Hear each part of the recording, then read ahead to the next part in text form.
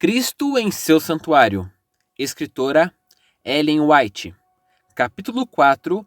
O Evangelho em tipo e antítipo. Salomão pôs em execução sabiamente o plano tão longamente acariciado por Davi de construir um templo ao Senhor. Durante 7 anos, Jerusalém esteve repleta de ocupados obreiros, empenhados em aplainar o local escolhido, abrir as grandes valas, assentar os amplos fundamentos, pedras grandes e pedras preciosas, pedras lavradas. 1 Reis, capítulo 5, verso 17. Talhar os pesados troncos vindos das florestas do Líbano, erguer o magnificente santuário.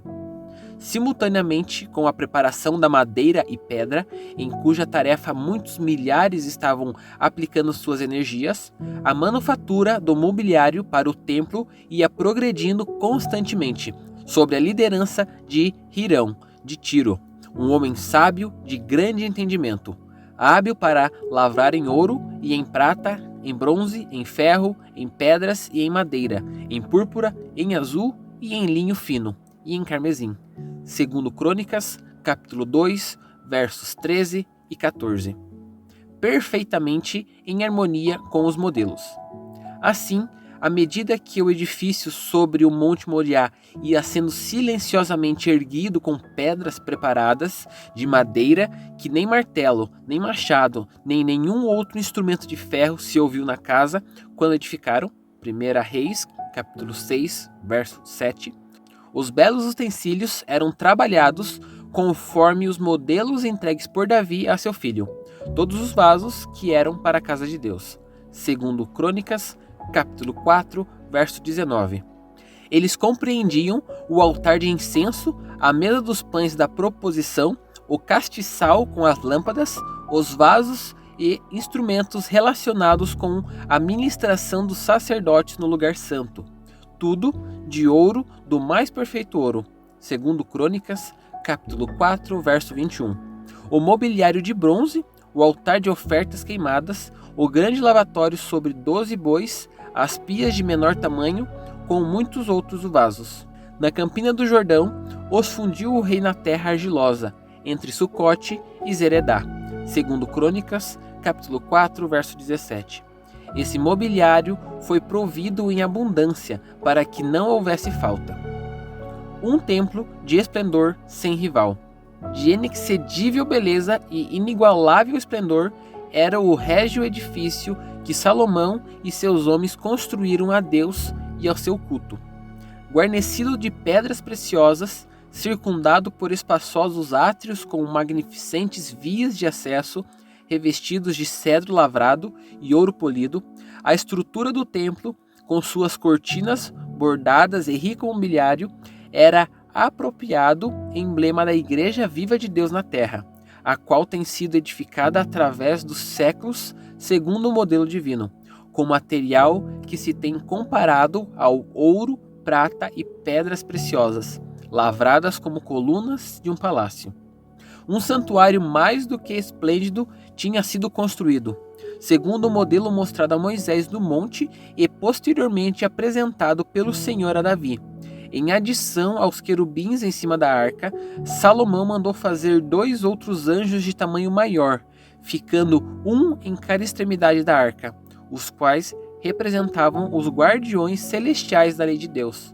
É impossível descrever a beleza e esplendor deste santuário.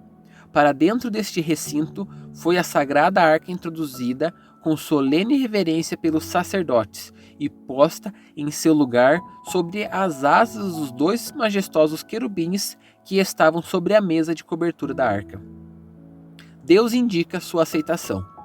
O sagrado coro ergueu suas vozes em louvor a Deus e a melodia foi acompanhada por toda espécie de instrumentos musicais. E enquanto os átrios do templo ressoavam com o louvor, a nuvem da glória de Deus inundou a casa, como havia anteriormente acontecido com o tabernáculo no deserto. E sucedeu que, saindo os sacerdotes do santuário, uma nuvem encheu a casa do Senhor, e não podiam ter-se em pé os sacerdotes para ministrar, por causa da nuvem, porque a glória do Senhor enchera a casa do Senhor. 1 Reis, capítulo 8, versos 10 e 11.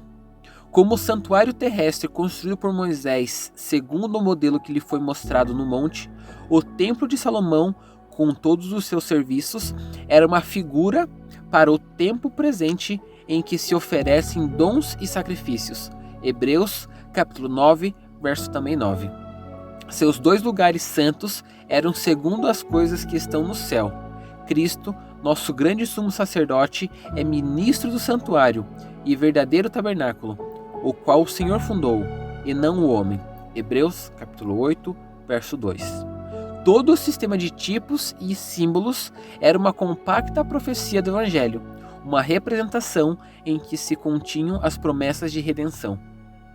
O antítipo é perdido de vista. O Senhor Jesus era o fundamento de toda a dispensação judaica.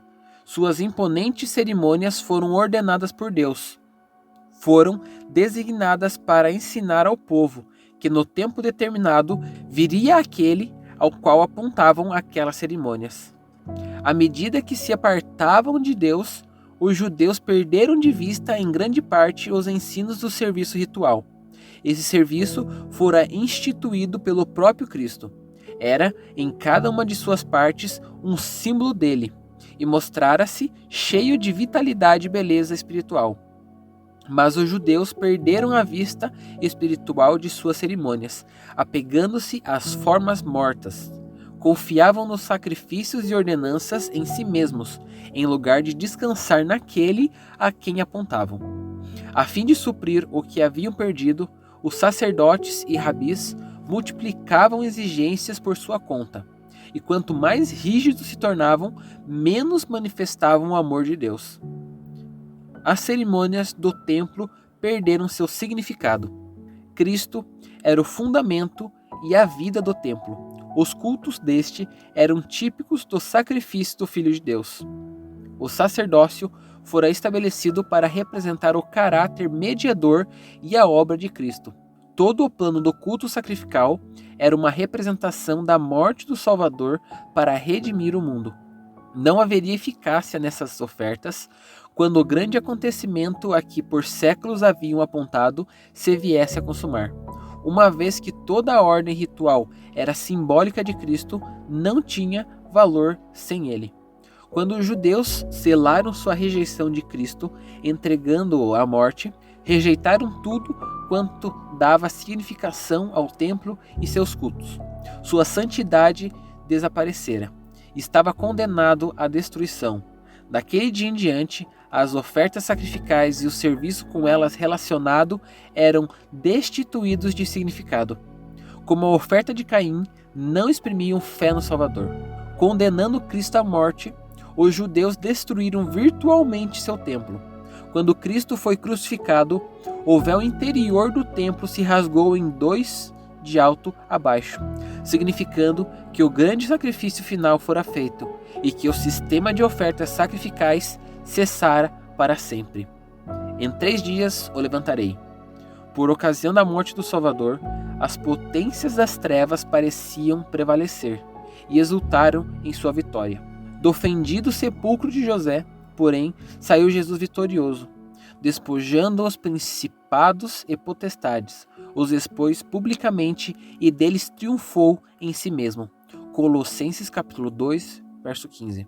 Pela virtude de sua morte e ressurreição, tornou-se o ministro do verdadeiro tabernáculo, o qual o Senhor fundou e não o homem. Hebreus capítulo 8, verso 2. Foram homens que erigiram o tabernáculo judaico. Homens construíram o templo. O santuário de cima, porém, do qual o terrestre era o símbolo, não foi construído por nenhum arquiteto humano. Eis aqui o homem cujo nome é Renovo. Ele mesmo edificará o templo do Senhor e levará a sua glória. Assentar-se-á e dominará no seu trono. Zacarias, capítulo 6, verso 12 e 13. Olhos voltados para o verdadeiro sacrifício. O serviço sacrificial que apontara a Cristo passou, mas os olhos dos homens voltaram-se para o sacrifício verdadeiro pelos pecados do mundo. O sacerdócio terrestre terminou, mas nós olhamos a Jesus, o ministro do novo concerto, e ao sangue da aspersão que fala melhor do que o de Abel. Hebreus capítulo 12, verso 24. O caminho do santuário não estava descoberto enquanto se conservava em pé o primeiro tabernáculo. Mas, vindo Cristo, o sumo sacerdote dos bens futuros, por um maior e mais perfeito tabernáculo, não feito por mãos, mas por seu próprio sangue, entrou uma vez no santuário, havendo efetuado uma eterna redenção. Hebreus, capítulo 9, verso 8 ao 12. Portanto, pode também salvar perfeitamente os que por ele se chegam a Deus, vivendo sempre para interceder por eles. Hebreus, capítulo 7, verso 25. Conquanto o serviço houvesse de ser transferido do templo terrestre ao celestial, embora o santuário e nosso grande sumo sacerdote fossem invisíveis aos olhos humanos, todavia os discípulos não sofreriam com isso nenhum detrimento. Não experimentariam nenhuma falha em sua comunhão, nem enfraquecimento de poder devido à ausência do Salvador. Enquanto Cristo ministra no santuário em cima, continua a ser, por meio de seu Espírito, o ministro da igreja na terra, nosso sumo sacerdote, nosso advogado. Porque Cristo não entrou num santuário feito por mãos, figura do verdadeiro, porém no mesmo céu, para comparecer agora por nós perante a face de Deus. Nem também para a si mesmo se oferecer muitas vezes, como sumo sacerdote cada ano entra no santuário com sangue alheio. De outra maneira, necessário lhe fora padecer muitas vezes desde a fundação do mundo. Mas agora, na consumação dos séculos, uma vez se manifestou para aniquilar o pecado pelo sacrifício de si mesmo. Hebreus, capítulo 9, versos 24 a 26. Mas este, Jesus, havendo oferecido um único sacrifício pelos pecados, está assentado para sempre à destra de Deus. Hebreus, capítulo 10, verso 12. Cristo entrou uma vez no santo lugar, tendo obtido para nós eterna redenção. Por isso, também pode salvar totalmente os que por ele se chegam a Deus, vivendo sempre para interceder por eles. Hebreus, capítulo 7, verso 25. Ele se qualificou para ser não somente representante do homem, mas seu advogado, de modo que toda pessoa, se desejar, possa dizer: tenho um amigo no tribunal, um sumo sacerdote que é sensível ao sentimento de minhas enfermidades. O santuário no céu é o próprio centro da obra de Cristo em favor dos homens.